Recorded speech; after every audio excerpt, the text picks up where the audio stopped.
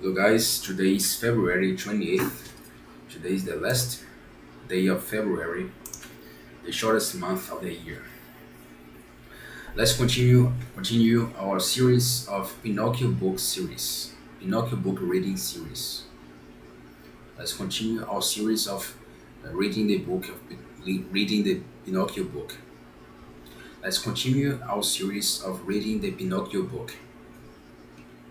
Chapter 24. Pinocchio finds the fairy again.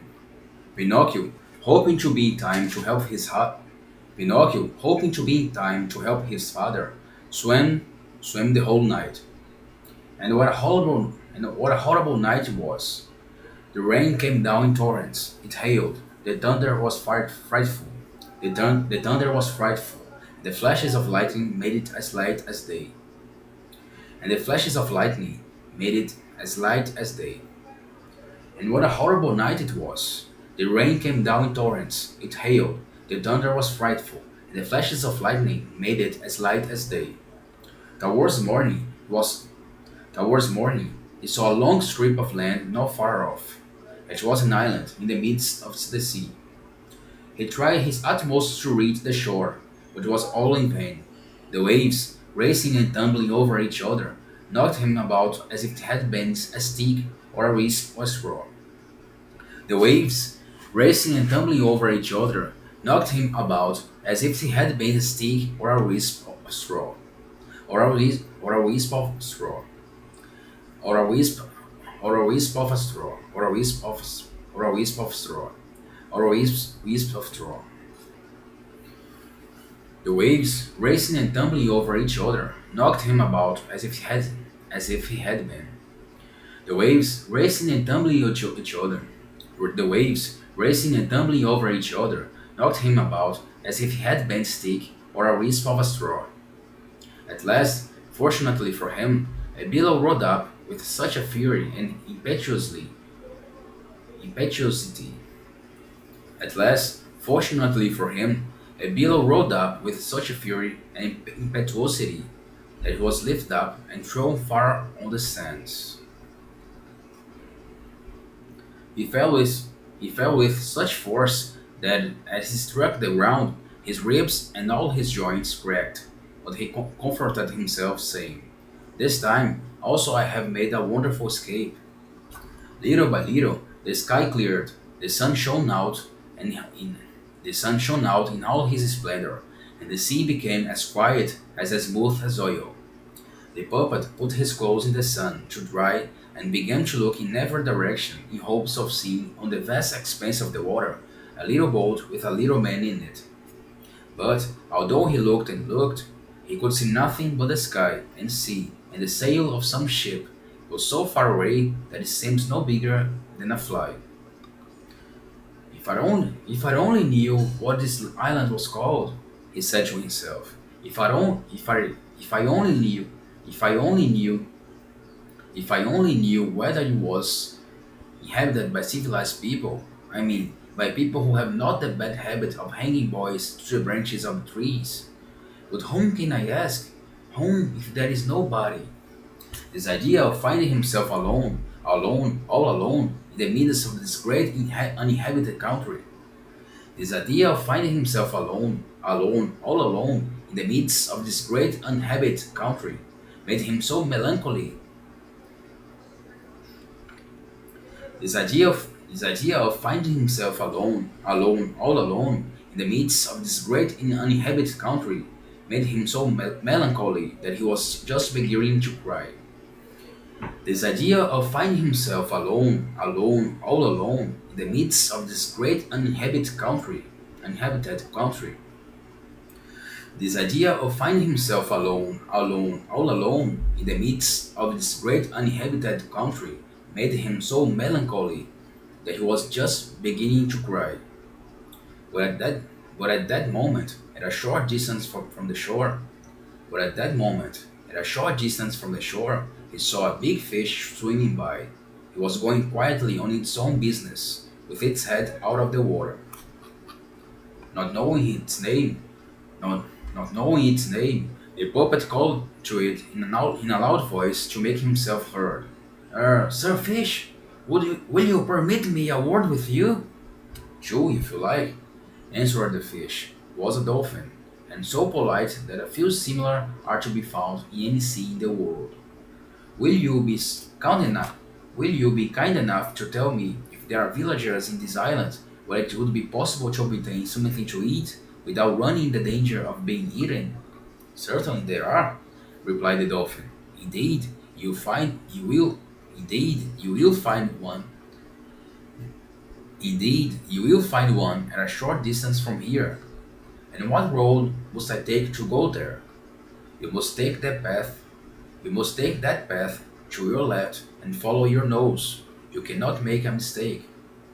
Will you tell me another thing? You who swim about the sea all day and all night, have you by chance met a little boat with my papa in it? And who is your papa? He's the best papa in the world, whilst it would be difficult to find a worse son than I am. During the terrible storm last night, answered the dolphin, the little boat must have gone to the bottom. And my papa? He must have been swallowed by the terrible dogfish, who for some days past has been spreading devastation and ruin in our waters. He must have been swallowed by the terrible dogfish, who for some days past has been spreading devastation and ruin in our waters. Is this dogfish very big? Asked Pinocchio, who was already beginning to quake with fear. Big? Big, replied the dolphin. There you may form some idea of his size. There you may form some idea of his size. I need only tell you. I need only tell you. I need on. I need only tell you. I need only tell you that he's bigger than a five-storied house, and that is his mouth, and that his mouth is so enormous and so deep that a railway train, that a railway, and his mouth, and that his mouth and that his mouth is so enormous and so deep that a railway train with his smoking engine could pass down his throat. Mercy upon us! Exclaimed the terrified puppet, and putting on his clothes with the greatest haste, he said to the dolphin, Goodbye, Sir Fish. Excuse me the trouble I have given you, and many thanks for your politeness. He then took the path that had been pointed out to him, and began to walk fast, so fast indeed that he was almost running.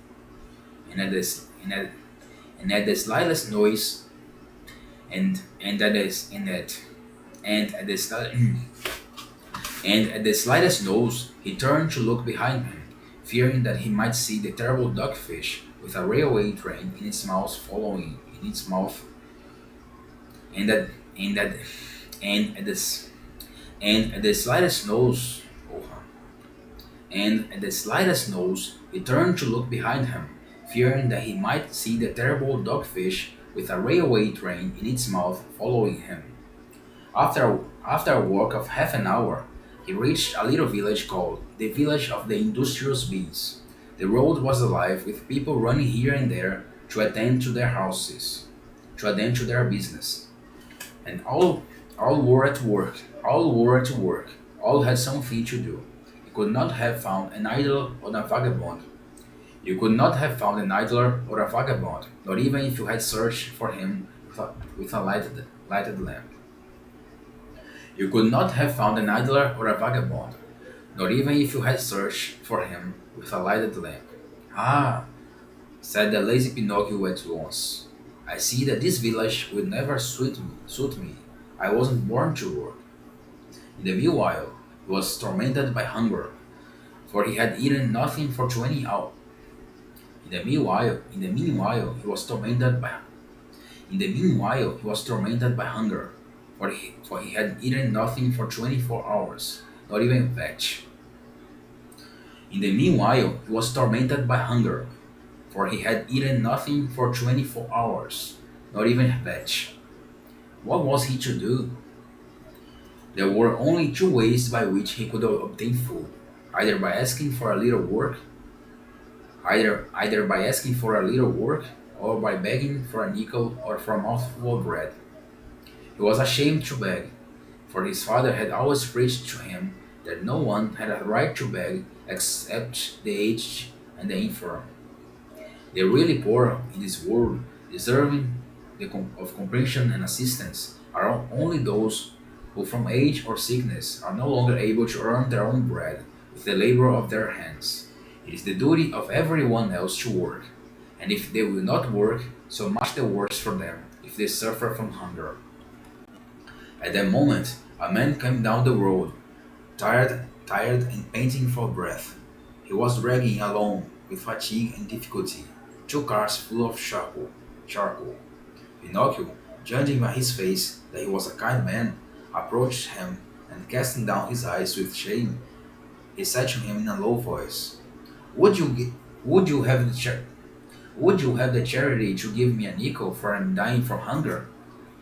Would you have the charity would you have the charity to give me a nickel for I am dying of hunger?"